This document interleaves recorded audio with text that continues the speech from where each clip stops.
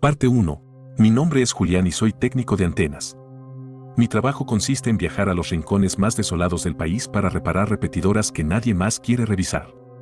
En el otoño de 2024, me enviaron a la Sierra de la Amargura, una zona donde las nubes parecen tocar los pinos y el aire siempre sabe a metal frío. La antena local había dejado de emitir, pero los habitantes del pueblo más cercano, una aldea de apenas 10 casas llamada El Salto, se quejaban de algo peor. Decían que sus radios viejas estaban captando una transmisión que no debería existir. Llegué a El Salto al atardecer. El pueblo estaba extrañamente vacío. Al entrar a la única cantina, el dueño, un hombre con la piel curtida como el cuero, me puso una radio de transistores sobre la barra. Escuche, me dijo sin saludar. Movió el dial hasta el extremo izquierdo, más allá de la última estación comercial, donde solo debería haber estática. Pero no había ruido blanco. Había un silencio absoluto, denso, interrumpido solo por el sonido de un metrónomo, clic, clic, clic. De repente, una voz comenzó a hablar. No era una voz humana normal, sonaba como si alguien estuviera forzando aire a través de una garganta seca, una voz que arrastraba las palabras con una lentitud agónica. Pueblo de El Salto, recordad a la pequeña Clara. El sótano de la iglesia sigue húmedo. La tierra no olvida lo que no se entierra. El cantinero apagó la radio, sus manos temblaban. Clara desapareció hace 30 años, susurró. Nadie sabía lo del sótano. Parte 2.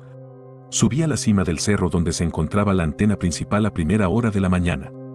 El equipo estaba en perfectas condiciones, lo cual era imposible. No había cables rotos, ni daños por rayos.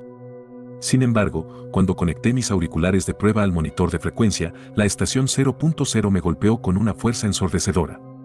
Esta vez, la voz no hablaba de Clara. Hablaba de mí. Julián, el cable de seguridad está desgastado.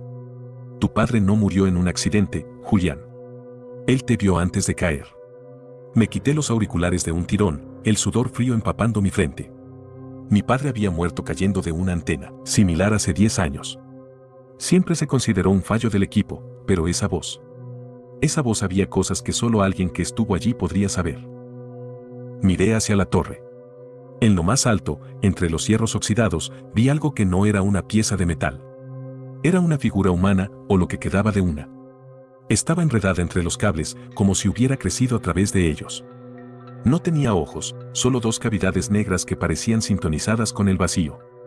Entendí que la antena no estaba averiada, se había convertido en un pararrayos para las conciencias de los muertos, un amplificador para los pecados que nadie se atrevía a confesar. Parte 3. Decidí que debía destruir el equipo. Bajé por mis herramientas, pero el camino de regreso al pueblo había cambiado. Los árboles parecían inclinarse hacia la antena, y la niebla se había vuelto tan espesa que no veía mis propios pies. La radio de mi camioneta se encendió sola.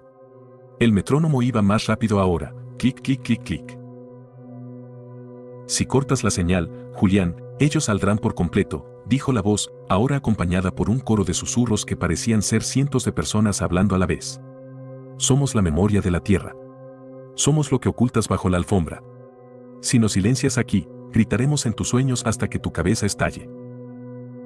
Me di cuenta de que la estación no emitía ondas de radio ordinarias, estaba emitiendo vibraciones que afectaban la estructura misma de la realidad a mi alrededor. La cabina de mantenimiento empezó a sangrar un aceite negro por las juntas de las paredes. Las fotos que tenía de mi familia en el tablero de la camioneta empezaron a cambiar, sus rostros se borraban, siendo reemplazados por la misma cara sin ojos que vi en la antena. Parte 4. En un ataque de pánico, tomé una masa y comencé a destruir los paneles de control. Con cada golpe, un grito inhumano salía de los altavoces. La torre de la antena empezó a oscilar, no por el viento, sino como si algo gigante estuviera intentando arrastrarse hacia afuera desde el interior del suelo. El metrónomo se detuvo. Hubo un silencio de 5 segundos que parecieron horas. Entonces, la radio emitió un sonido que solo puedo describir como el llanto de un niño mezclado con el rugido de una tormenta. Sentí una presión inmensa en mis oídos y caí de rodillas. Cuando recuperé el sentido, la antena estaba en el suelo, retorcida como un cadáver de metal. La figura en lo alto había desaparecido. El sol empezaba a ponerse de nuevo. Bajé al pueblo, pero al llegar, El Salto estaba desierto de una manera distinta. Las puertas estaban abiertas, la comida seguía caliente en las mesas, pero no había ni un alma. En la cantina, la radio de transistores seguía encendida. Me acerqué con cautela y moví el dial. No había frecuencia 0.0, solo estática. Pero en medio de esa estática, muy al fondo, pude escuchar mi propia voz, grabada y repetida en un bucle eterno, confesando cosas que aún no he hecho. Desde ese día, no puedo soportar el silencio.